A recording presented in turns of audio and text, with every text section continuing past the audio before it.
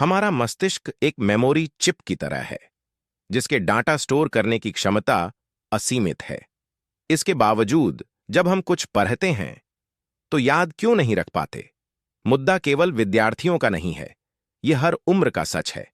कितने लोगों को दर्जनों उक्तियां याद रहती हैं, प्रेरक प्रसंग याद रहते हैं, और कितने ही लोग कुछ अच्छा कह पाने का मौका मिलने पर याददाश्त की गलियों में भटकते रह जाते हैं। अगर आपके साथ भी ऐसा होता है, तो इसका हल यहां है। दिमाग को तेज और सक्रिय बनाने के लिए किताब और अखबार पढ़ते रहना बहुत जरूरी है। पर आप जो भी पढ़ रहे हैं, क्या दिमाग उसको अवशोषित कर रहा है? कहीं ऐसा तो नहीं कि आप सिर्फ पढ़ते जा रहे हैं, लेकिन दरअसल दर्ज कुछ भी नहीं हो रहा है? ऐसा ज्यादातर लोगों के साथ होता है, लेकिन कुछ लोग ऐसे भी हैं जो कुछ भी पढ़ते हैं उसे लंबे समय तक याद रख सकते हैं। वहीं कुछ लोगों के लिए यह मुश्किल होता है। उन्हें ना तो किताब का नाम याद रहता है और ना ही कोई अंश। ऐसे में अगर आपको यह लगता है कि यह समस्या केवल आपकी है, तो ऐसा बिल्कुल भी नहीं है। वैज्ञानिकों के मुताबिक इंसानी दिमाग की मेमोरी 1 टेराबाइट से लेकर 2-5 पेटाबाइट तक होती है। 1 टेराबाइट लगभग 1024 गीगाबाइट के बराबर होता है और 1 पेटाबाइट 1024 टेराबाइट के बराबर। कुछ वैज्ञानिक ये भी कहते हैं कि हमारे मस्तिष्क में डाटा स्टोर होने की क्षमता असीमित है। इससे आप मस्तिष्क की क्षमता का अंदाजा लगा सकते हैं। पर फिर भी सवाल यही उठता है कि आखिर हम भूल क्यों जाते हैं? इसका सीधा सा जवाब है पढ़ने का तरीका। पढ़ने की आदत में बदलाव करेंगे तो पढ़ा हुआ याद रखना या याद करना दोनों आसान हो जाएगा। गलती कहां कर रहे हैं? किताब पढ़ रहे हैं, लेकिन ध्यान केवल किताब में न होकर अन्य कई चीजों पर है। किताब व भाषा पसंद और सहूलियत को ध्यान में रखकर नहीं पढ़ते, क्षमता से अधिक पढ़ने का लक्ष्य रखते हैं। समझने के लिए नहीं, बल्कि सिर्फ पढ़ने लिए पढ़ रहे हैं।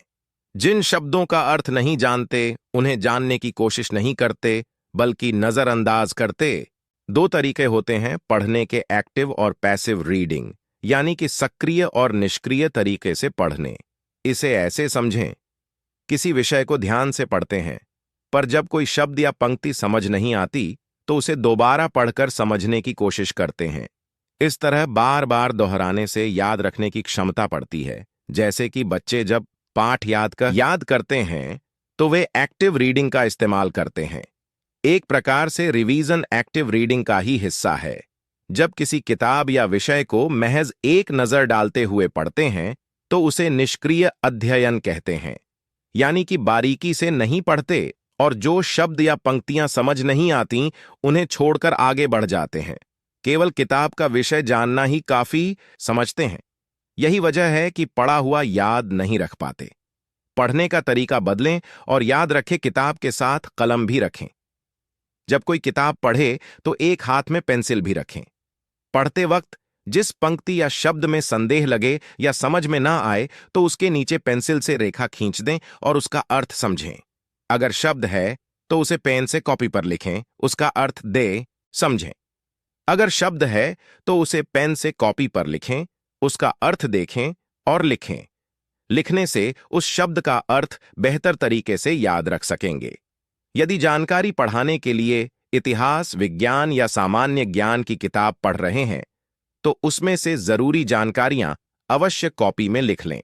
यह भी ध्यान रखना है कि लंबी पंक्तियों या पैराग्राफ में लिखने के बजाय छोटे छोटे पॉइंट्स में लिखना है। साथ में चित्र बनाएंगे तो बेहतर तरीके से याद रख पाएंगे, क्योंकि शोध के मुताबिक चित्र से याद रख पाना ज्यादा आसान होता है। सीमा तय करें, लेकिन पढ़ने की सीमा तय करना है, लेकिन किताबों की नहीं, बल्कि ध्यान से पढ़ने की सीमा तय करें। 1 हफ्ते के अंदर पूरी किताब पढ़नी है, तो आप उसे केवल पढ़ पाएंगे, सीख या याद नहीं रख पाएंगे।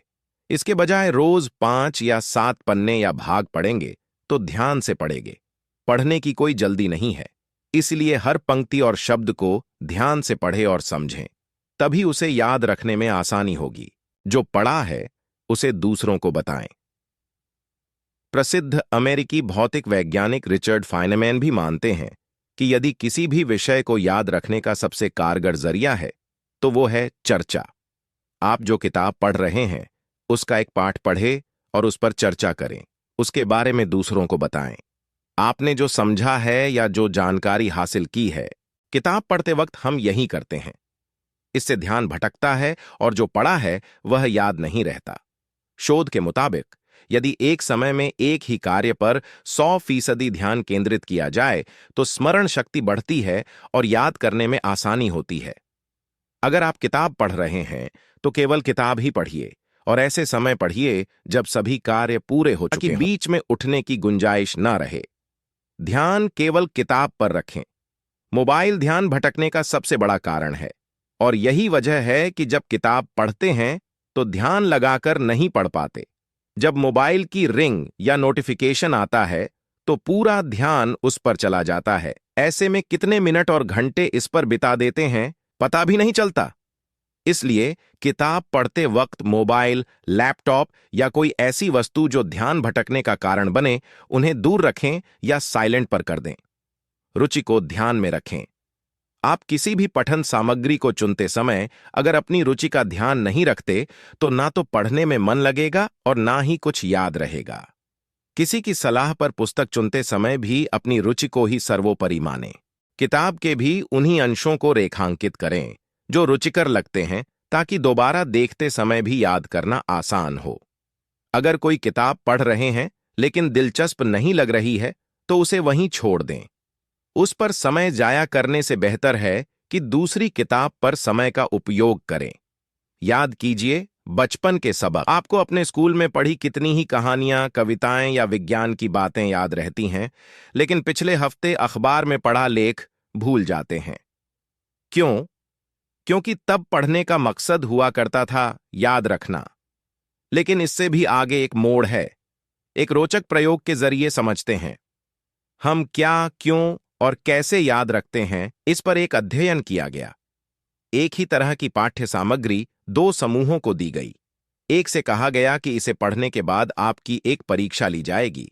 दूसरे समूह को भी उतना ही समय देते हुए कहा गया कि आपको एक अन्य समूह को समझाना होगा कि आपने क्या पढ़ा। जानते हैं, दूसरे समूह ने ज्यादा ध्यान से पढ़ा, इसलिए यह सोचकर पढ़े कि आपको इसे किसी को समझाना है तो जल्दी और ज्यादा रख पाएंगे। तो दोस्तों, आपको मेहनत से कभी नहीं घबराना चाहिए। मेहनत करो और खुद को मोटिवेट रखो और जीवन में आगे बढ़ते रहो। तो दोस्तों, मुझे उम्मीद है कि आपको वीडियो पसंद आया होगा। तो ऐसे मोटिवेशन वीडियो देखने के लिए चैनल को सब्सक्राइब कर दो और वीडियो को लाइक और अपने दोस्तों और फैमिली में शेयर कर दो। धन्यवाद।